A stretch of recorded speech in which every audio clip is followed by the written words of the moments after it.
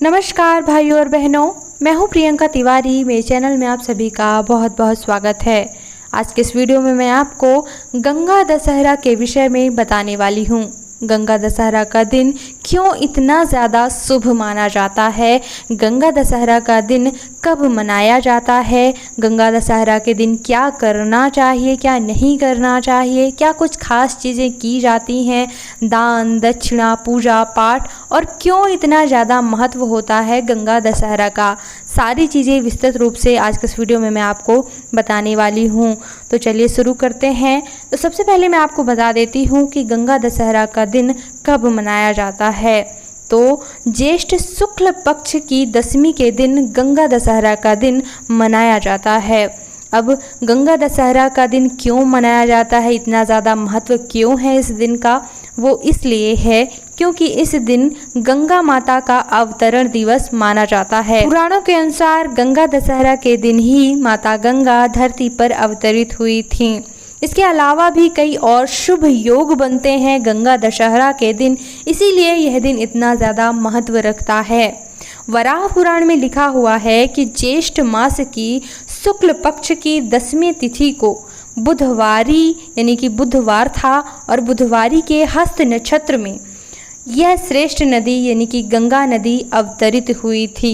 इसी प्रकार से इस दिन 10 योग बनते हैं जो बहुत ही शुभ योग होते हैं। वो कौन कौन से 10 शुभ योग हैं, जैसा कि ज्येष्ठ मास, शुक्ल पक्ष, बुधवार, हस्त नक्षत्र, गर, आनंद, व्यतिपात, कन्या का चंद्र और वृष के सूर्य। इस प्रकार के 10 सुंदर योग बनते हैं, और इन 10 योगों में ब्रह्म मुहूर्त में स्नान करने से मनुष्य सभी बंधनों से, पापों से छूट जाता है।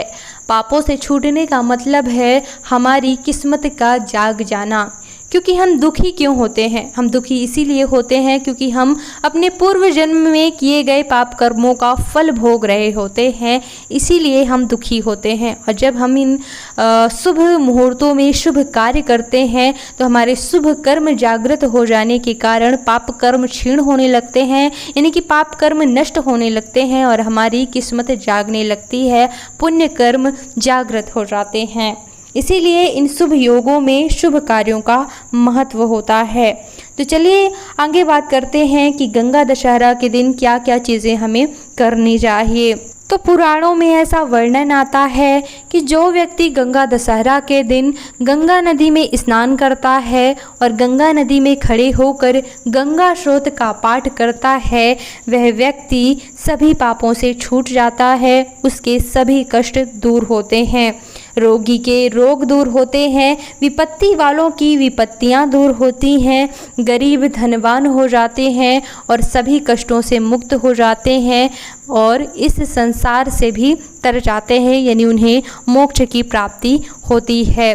क्योंकि ऐसा बताया गया है इस दिन का इतना महत्व कि जो व्यक्ति इस दिन गंगा नदी में स्नान करता है, गंगा नदी उसके कई जन्मों के किए गए 10 प्रकार के पापों को हर लेती हैं। यानी और बात करें साल 2021 में गंगा दशहरा का दिन कब मनाया जाएगा, तो साल 2021 में गंगा दशहरा 20 जून को मनाया जाएगा। चलिए अब व्यवहारिक चीज़ों के बारे में बात कर लेते हैं, क्योंकि हर एक व्यक्ति के लिए गंगा नदी में जाकर स्नान करना संभव नहीं हो पाता है। तो ऐसे में हम घर पर रहकर क्या ऐसे पुण्यदायी काम कर सकते हैं ताकि हम इन शुभ योगों का लाभ उठा सकें और अधिक से अधिक पुण्य कमा सकें।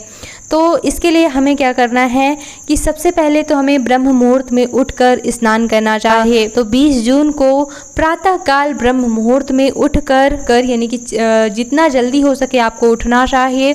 और इसके बाद जो है आप जिस बाल्टी में स्नान करने के लिए पानी लें उसमें आप कुछ बूंद गंगा जल की अवश्य डालें। सबसे पहले आपको क्या करना है कि पानी लेना है, इसके बाद आपको गंगा जल डालना है। आप ऐसा बिल्कुल ना करें कि आप पहले गंगा जल डालें बाद में पानी डालें, ऐसा नहीं करना चाहिए। पहले पानी और उसके बाद उसमें गंगा जल मिलाएं ताकि पूरा जल आपका गंगा जल के समान हो सके। इस प्रकार से आप जल से स्नान करें और इसके बाद जो है पूजा में आपको गंगा स्रोत का पाठ इस दिन अवश्य करना चाहिए, क्योंकि गंगा स्रोत के पाठ की बहुत ही ज़्यादा महिमा कही गई है, जिसका मैं शब्दों में वर्णन नहीं कर सकती हूँ यहाँ पर। तो गंगा स्रोत का जहाँ तक संभव हो सके तो पाठ अवश्य करें, आपको बहुत ही ज़्यादा लाभ होगा, चाहे आप किसी भी क्षेत्र में लाभ चाहते हों।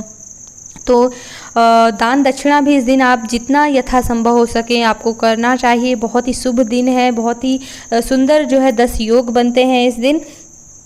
इसके अलावा जैसा कि गंगा माता भगवान शिव शंकर की जटाओं में निवास करती हैं, तो इस दिन भगवान भोलेनाथ की भी पूजा का विशेष महत्व होता है। गंगा दशहरा के दिन भगवान भोलेनाथ का गंगा जल से अभिषेक ज़रूर करना चाहिए। इससे भगवान भोलेनाथ बहुत ही ज़्यादा प्रसन्न होते हैं, साथ ही साथ माता गंगा भी अत्यंत प्रसन्न होती हैं। तो इन दोनों की प्रसन्नता के लिए हमें ये कार्य अवश्य करना चाहिए, जिससे हम हर क्षेत्र में सफल हो सकें और हमें भगवान भोलेनाथ के साथ माता गंगा का भी आशीर्वाद मिले। साथ ही साथ जैसा कि भगवान विष्णु के चरणों से माता गंगा निकली हुई है, तो भगवान विष्णु की भी पूजा का महत्व होता है इस दिन। तो आप इस दिन गंगा स्रोत का पाठ, भगवान भोलेनाथ का अभिषेक गंगा जल से अवश्य करें। दान दक्षिणा, पूजा पाठ, मंत्र जप का इस दिन बहुत ही ज़्यादा महत्व होता है। तो इन शुभ योगों का लाभ आप ज़रूर उठाएं। तो उम्मीद करती हूँ ये वीडियो आपके लिए उपयोगी रहा होगा। इसी तरह आने वाले त्योहारों से संबंधित पूजा विधि देखने के लिए, जानकारी पाने के लिए चैनल को सब्सक्राइब करने के साथ साथ बेल आइकन पर प्रेस जरूर कर लें, ताकि आने वाले वीडियोस के नोटिफिकेशन आपके पास पहुँचते रहें।